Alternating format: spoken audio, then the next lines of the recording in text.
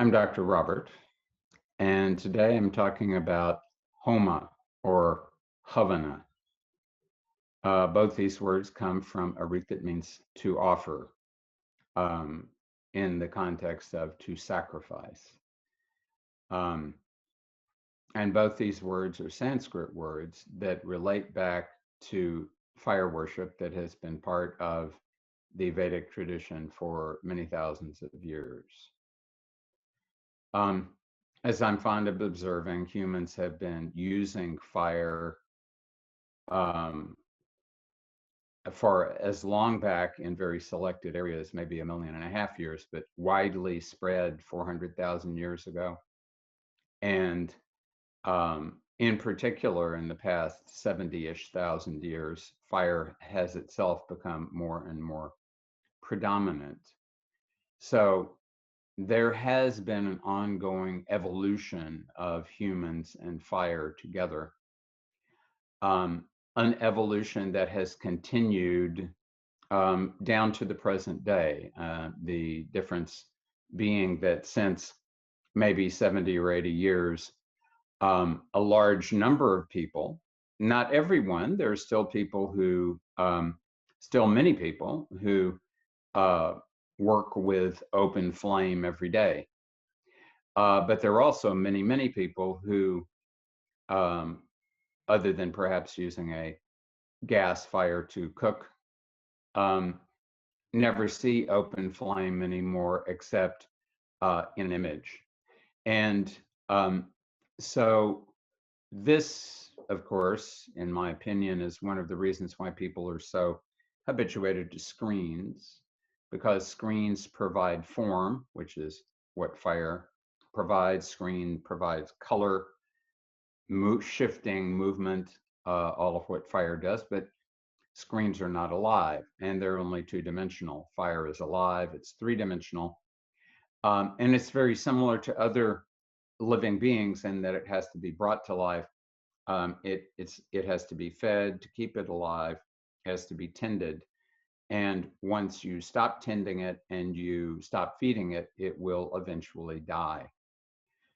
So fire has been an important part of human existence for at least 500,000 years, and for definitely 100,000 years, and overwhelmingly for 20,000 years. But nowadays, many people, under ordinary circumstances, don't ever have that experience of interacting with an open flame. And in my opinion, this is a situation that is not at all healthy, because this is something that we've had in our reality for so long. And since we don't have it there now, it's something that we are missing, whether we're aware of it or not. And we're missing not only the warmth and the light and so on from the fire, we're also missing the fact that the fire offers to us a subtle form of fire that not only activates our Jatara Agni, our digestive fire, the fire of all the tissues in the body, but also our Bhuta Agni, the elemental form of fire, the subtle form of fire that we need to use for spiritual evolution. So this is why the great rishis of the Veda made the worship of and sacrifice to the fire the center of their religion. This is why the first word of the first verse of the first hymn of the first mandala of the first Veda is fire, Agni. And it's Agnim Ire Purohitam. Agnim Ire Purohitam.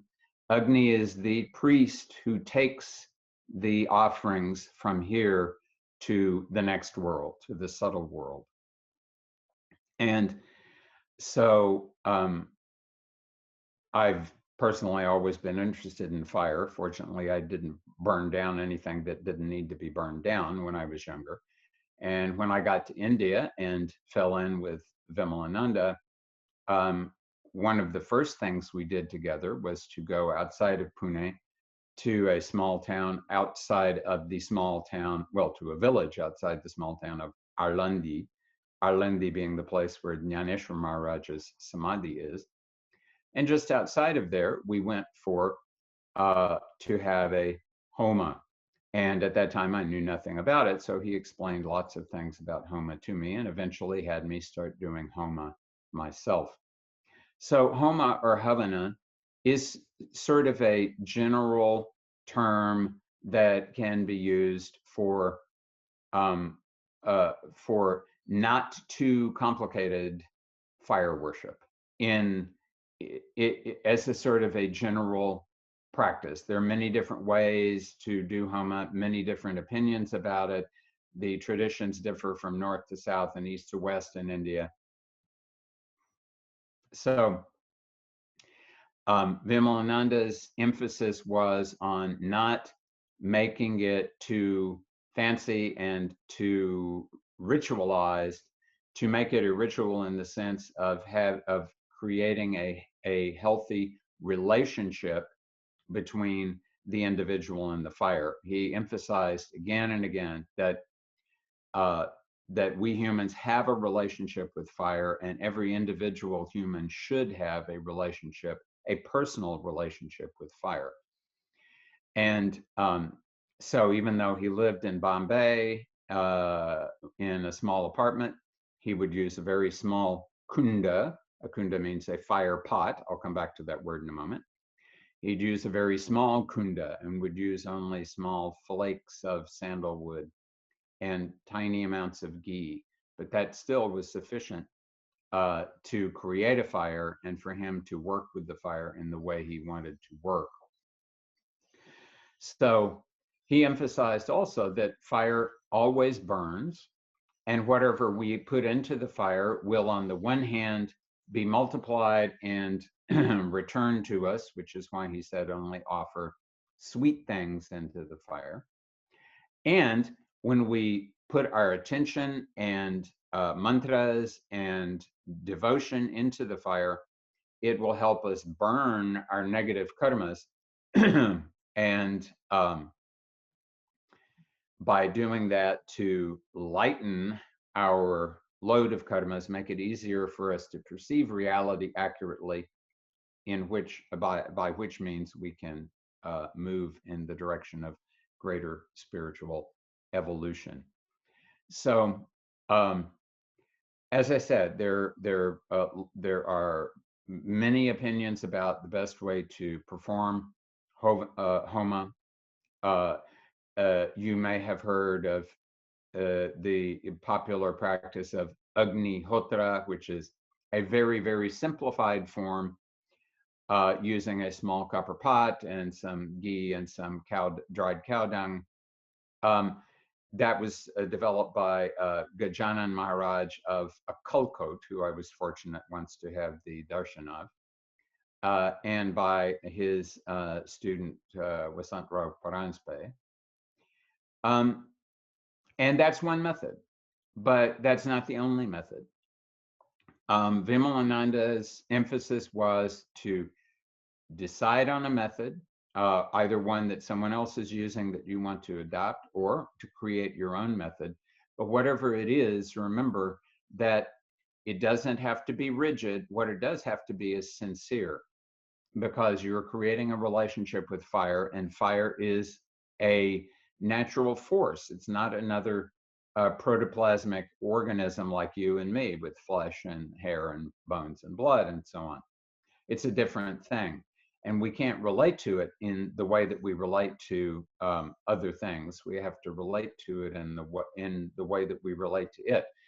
And one saying that he was always fond of saying in Hindi was Raja Jogi Agni Jo Kabina Kijya Preet. Are Preet Kiye to Nibaye Parashuramji Kyunki Inki Ulti Reet. So ulti reet means they have their method of doing things is backwards. But what that means is that in the case of these four things, Raja means the king, Jogi or Yogi means a yogi, a swami, a sadhu. Raja, a king, a yogi, the fire and water, Agni Jal, Kabhi na kijiye preet. Don't just just don't try to become closely aligned with them. Don't try to develop a close relationship, because if you do, then you have the nibbana is important. Jo wada kiya hu nibbana padega. That means whatever you commit to the king or the yogi or the fire or the water, whatever you commit to do in that way, you'd better do, because otherwise um, they have a different way of doing things. And as Vimalananda pointed out, the king can either award you a great favor or execute you. The yogi can either bless you or curse you. The fire can burn you or transform you. And the water can either transport you to where you want to go or drown you. So this is not something to be terrified about or overly cautious about. It's also something not to be underly cautious about. And you can be sure that you will be occasionally burned, God willing, not too much, but you will make some little mistake that the fire will not like, and the fire will scorch you. It happens to me periodically, because it's not even a matter of, and I think this is, of course, applies to anything on the spiritual path, and Vimalananda emphasized this too. The further you get, things don't become easier, they become harder, because you're getting more and more subtle, and that means your awareness, your alignment, your harmony has to be more and more subtle. So as you move ahead in your relationship with the fire, don't think that the fire is going to suddenly decide you're a great person. It may decide you're a great person, but that doesn't mean that it's going to stop what its natural way of doing things is, which is burning. That can happen, and that has happened. We know there are people who have a very, very, very well aligned relationship with the fire, and who don't get burned. But that's way far ahead. Let's start where we are, which is, first of all, the fire is something that can easily get out of control, and therefore the fire has to be contained. And so I used that word kunda before. A kunda means any kind of receptacle or a hole in the ground or anything that can hold something. That's a kunda. And so we need to put the fire in a kunda so that it will be contained, also so the wind won't blow it out, etc. You can dig a kunda in the ground. I like to use a copper kunda. You can use earthenware, though eventually it will break. I have used iron pots before. I have used aluminum turkey basting trays before, though I don't suggest that that you use that for on a regular basis, because there are other things you can use. Copper is regarded as being an auspicious metal, and copper is generally a good metal to use, certainly a lot cheaper than silver or gold. So depending on your source of fuel, Vimalananda tended not to use cow dung. In his opinion, it was a little too strong for the effect that he wanted. He preferred to use wood. And the kind of wood, depending on who you talk to, of course, affects the result.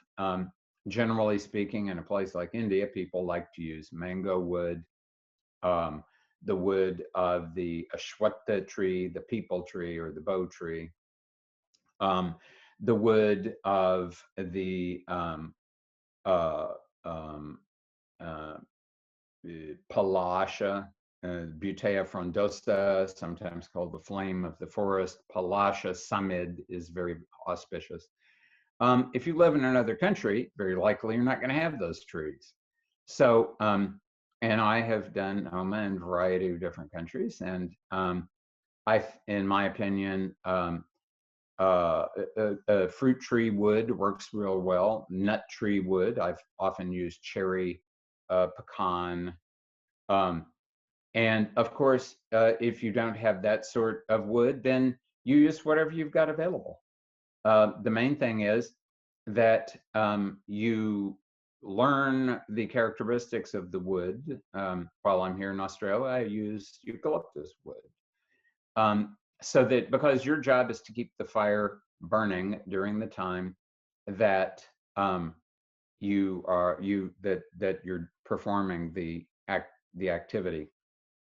And of course, the way you keep it burning is you start off by not adding too many. You'll find the first time that you do this in a kund, whether it's in the ground or otherwise, that it's a little different than just building it on top of the ground. You can build it on top of the ground, but it's usually better to put it in the kund because it also keeps the ash contained. And you have to remember that once you have created a sacred space around the fire and you've brought it to light, you are now responsible for the fire. And you've brought it to life, and you're going to be requesting gods, goddesses, gurus, saints, etc., to come there. So you're going to be causing that fire to take on some spiritual vibration. And that is making the ash that's the result, going to be the result, that has a vibration that you must respect in the same way you respect the fire. As you respect the fire, thus you must respect the ash. You can apply some to yourself. You can put some water and drink it. You can put it on wounds.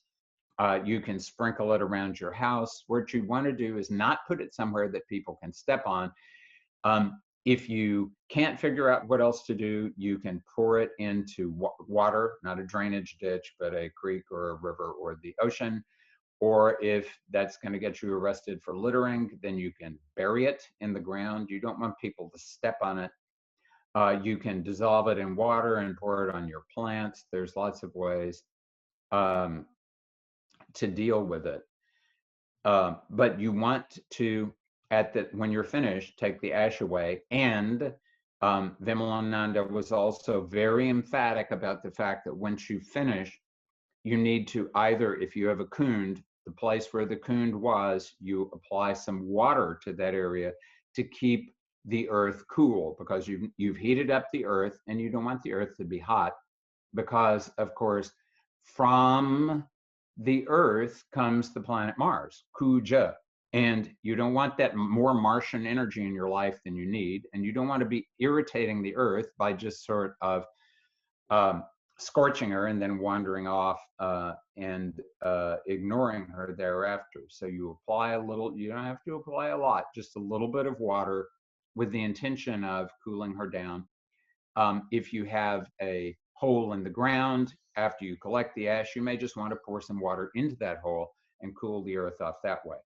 So when you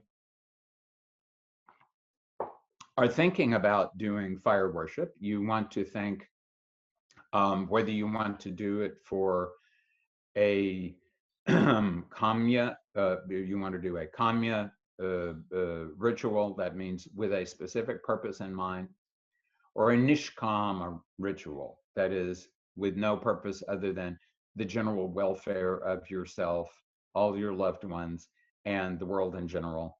And Vimalananda always encouraged nishkama, because he said when you have a specific desire, you're creating a specific karma, and you have no clue as to what the ultimate result of that karma is going to be. So it's better to just say, "Oh, Supreme Lord, whoever it is I'm worshiping, I'm offering this to you. Please organize everything in my existence in the best way possible." And so that's his advice, and I think that's the best way to do things too. So once you've decided that, then you get some wood, or if you are going to use cow dung. If you happen to be in a tropical country, you can use pieces of palm leaf. You can use the husk of coconuts. There's a lot of burnable things that are out there. And whenever possible, if you can use something that is recognized in that neighborhood as being sacred or noteworthy, then that's a good thing to do. The main thing is you want it to be able to burn properly. And if at all possible, you don't want it to have any insects in it. Sometimes it's not possible, but the insects did not sign up for this practice. And you don't really want to incinerate them because that in itself is number one, a karma, and number two, it's you're offering something to the fire. Anything you offer to the fire should be something you want to get more of out of the fire. So Vimalananda said, if you want, it is true. He would say, it's true. If you want to do a Madana Prayoga or some other kind of if you want to kill someone or create hatred or discord or something like that, yes, you will use meat or fish and chilies and salt and things like that. But he said the karma in that is really terrific also. So he said, offer sweet things to the fire. You figure out what sweet things. Most of the time, he would he would always offer dairy products. He would never offer things that had eggs in them. And generally, he would never offer cooked food either, unless it was, let's say, rice pudding, kheer, or payasam. So decide what you want to offer. The traditional offering that is used nowadays for Homa, and it's what he would use traditionally, is 16 parts of black sesame seeds, 4 parts of barley, 1 part of white rice. The barley, of course, if you are in India, you can find barley. If you're not in India, you can find whole barley. If you're not in India, you may have to find pearl barley. We just have to acknowledge that's the reality. And black sesame seeds are nowadays available, especially in Asian stores. Rice is available. The rice, as far as possible, you want akshata. Akshata means unbroken grains. Obviously, not obviously, but you don't necessarily need to go through and make sure every grain is unbroken, but try to get the rice that has mainly unbroken whole grains. And whenever you do that, and especially if you're getting it from someplace in India, you're going to have to make sure there are no insects in it. Often there are insects in the rice, weevils in the barley, and in the sesame. So you want to go through and very carefully remove those, because again, you want to offer in the same way. You wouldn't simply serve up a bunch of weevil infested grain to your guest. You don't want to do that to your ethereal astral guest either. So Vimalananda would add honey and ghee into that mixture. It would then become very sticky. I personally have stopped doing that because I often am in tropical countries where not only is it sticky, but it draws a lot of ants. And that can be quite unpleasant, especially when they're of the biting variety. So I had often keep the geese to keep the fire going, and sometimes use honey and sometimes don't. And if I do, maybe I'll put it into some milk or something, and that way the sweetness still gets to the fire.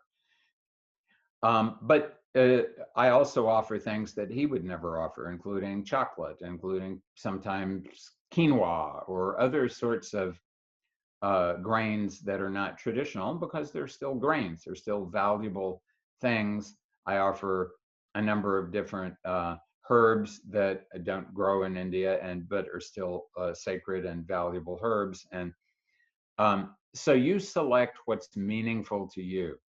And sometimes I will do Homa only with black sesame, and sometimes only with rice, and very occasional only with barley. And he said, if you can't find anything else, just use white sugar, which is a good thing to use. Though if you're in the tropics, please use it with care, because you will attract insects, especially ants. Um, and so once you have your offering, and you can offer also fruit, you can offer nuts, you can offer all sorts of things that are sweet and tasty because you're feeding the fire. That's the thing to remember. You're feeding the fire as if it was uh, a living being, or Vimalananda, who was very maternal, would say, as if it was a small child. You're putting things into the mouth of the small child to make the small child not only grow well, but be happy.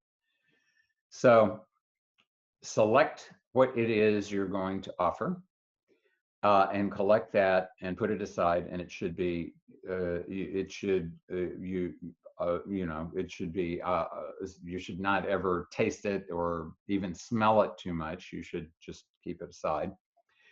And then you need to find the location. You decide on your kund. There are different shapes of kund. Sometimes there's the circle, the semicircle, the star shape, the square, and Vimalananda normally used the square because the square represents the earth element, and that creates stability.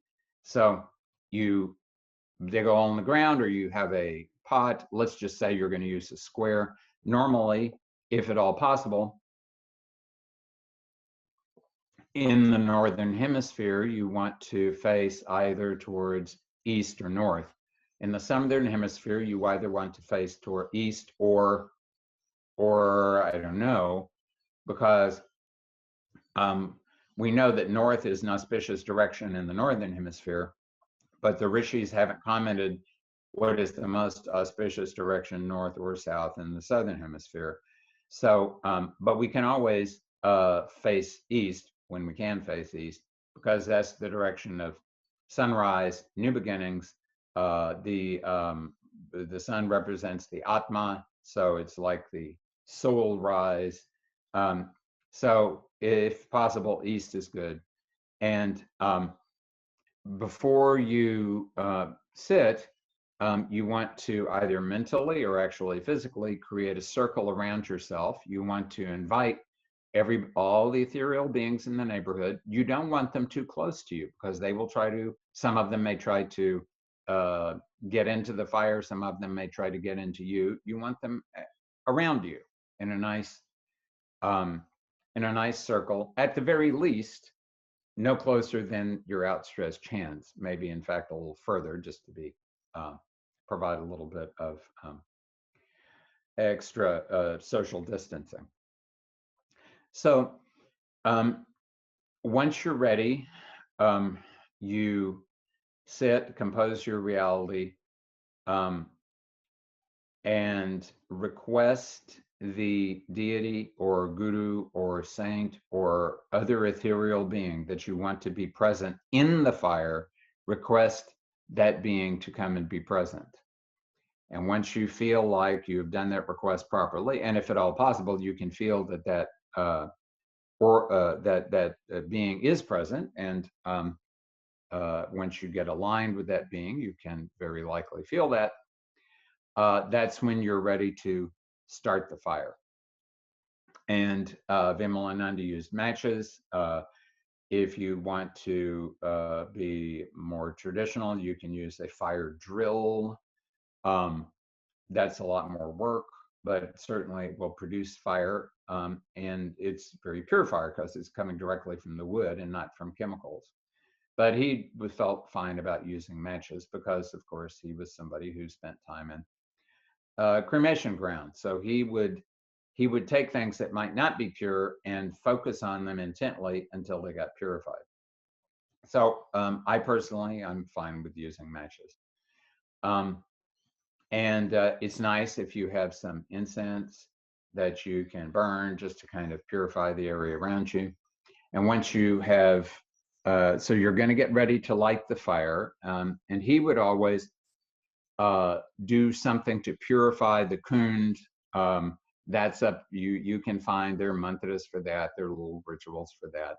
You want to purify the kund, purify your eyes and your mouth, and align yourself before you light the fire. Inside the kund, you would like to have a yantra, because the yantra is the thing that is going to act to mold the fire so that when your mantras go into it, they will come out of it in a particular way. He always used a six-pointed star.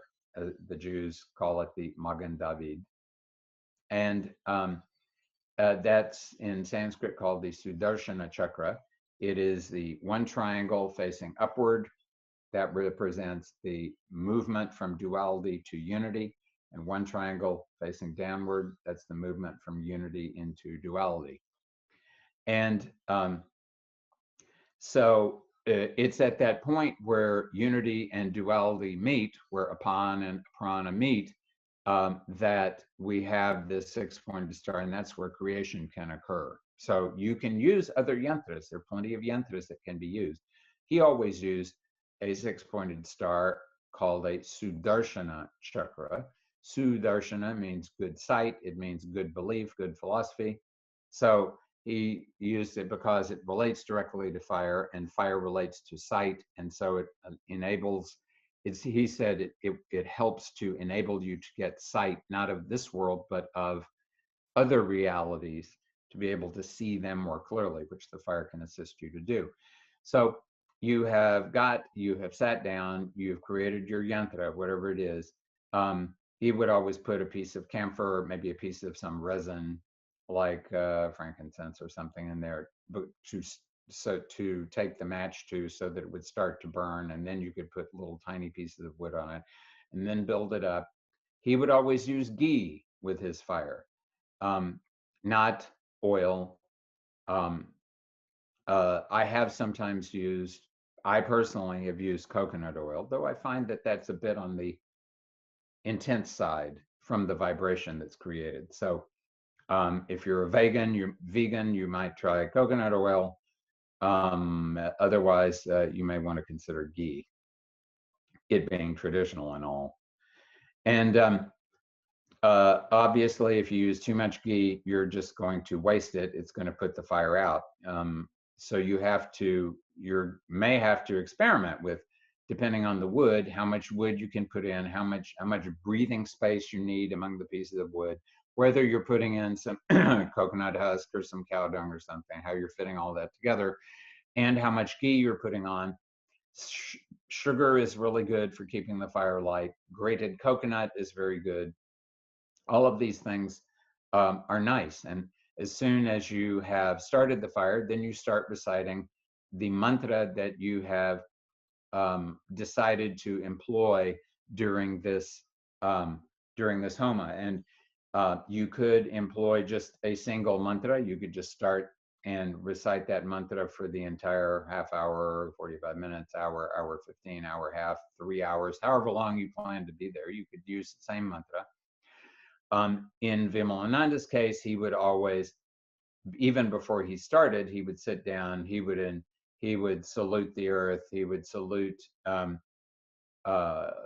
everyone in the neighborhood, all the gods, goddesses, ethereal beings, the Grama Devata, Sthana Devata, all of the various ethereal beings, and his ancestors, and his gurus, and everybody that was part of his reality.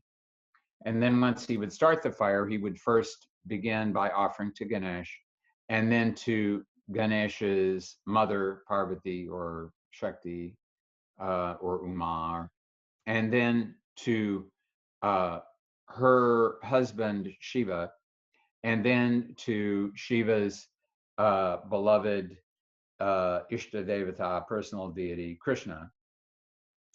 And sometimes he would focus more on one deity or another. Sometimes most commonly either Ganapati, Ganesha, or Anjaneya, Hanuman. And so at different times he would do different things, and different times you can do different things. But and you may find that it is good to start off by invoking Ganesh to help you minimize any obstacles, and to invoke the Devi to give you some Shakti, and to invoke Shiva to keep your awareness firm, and then to invoke Krishna because he is the supreme incarnation of the Godhead, who in return always focuses on Shiva so he can maintain his presence of mind while he is being the supreme presence of the Godhead. Or you may simply want to take your own personal deity or guru or saint or whatever and only recite mantras to that individual. Or the supreme reality with no gunas, though of course that's a little more difficult to do because of course you're using the fire, which has all kinds of gunas, to try to reach to the nirguna. It's possible, it's just a little more difficult. So you decide which mantra you want to repeat, you decide how many mantras you want to repeat, and you continue to do that, and you try to align yourself. Don't try to see things in the fire, allow things to come from the fire to show themselves to you. Don't try to hear things in the fire. Let the fire, if the fire wants to say something to you when it crackles or when it pops or whatever. And if you're fortunate enough to be doing this out in a natural area, do not be surprised if the birds or the cicadas or the other insects or somebody starts to get into your rhythm and harmonize with you, because in my experience at least, the denizens of the natural world really appreciate this and they really like to participate too. So you keep doing this as long as you feel like you should keep doing it. And then there will come a point when you are of the opinion that you have reached, you've done what you wanted to do. And then you say, thank you very much, O Ishtadevata, O beloved deity of mine, O Guruji, O whoever it may be. It's been great, but now I have to bring this to an end. And please, swasthana gaccha, please go back to your own place. I've requested you to come here. Now I'm requesting you to return so you can go back home and be comfortable there and shelter in place. And once you have done that, then you bow down to the fire and you then sit and permit it to go out. Do not put the fire out. Let the fire out go out on its own. So what you want to do is make sure that you don't have a giant amount of fuel in there and suddenly you decide, I can't do this anymore, I've got to quit. As you decide that you are going to quit, then you want to keep putting in smaller and smaller pieces of fuel so that ideally, by the time you're ready to quit, the fire goes out altogether. Many people are of the opinion that you should leave no pieces of wood whatsoever in there. And especially when he was doing this in his little kund, Vimalananda would make sure that he fanned it or blew on it until there was only very fine ash. Sometimes that's not possible unless you want to sit there with the fan and try to fan it and it becomes very fine ash. If the fire has gone out during the time you're doing this, you have to relight it. If it has gone low, you can fan it with the fan. You don't blow on it directly, blow off your hand. If you're going to do that, that's more polite. Be polite with the fire, and the fire will be, at least most of the time, polite with you. So, and don't forget, even if you can't do Homa yourself, you can still do Tratak with a candle or a diya, a lamp, at eye level, at arm's length, and just focus on the tip of that flame at the point where it loses its shape and luminosity. And that will allow the relationship between you and flame to be reawakened and to be healthy and to assist the fire element in your organism to move you in the right direction. My next course is going to be about an introduction to Tantra and the 5 elements. and how you can use the 5 elements, including especially fire, to encourage your own movement in a healthy direction. And my hope is that it will, in fact, assist anyone who takes that course to do so. This is Dr. Robert, wishing you all a very safe and scorch-free experience of creating a healthy relationship with the fire. Om Namah Shivaya.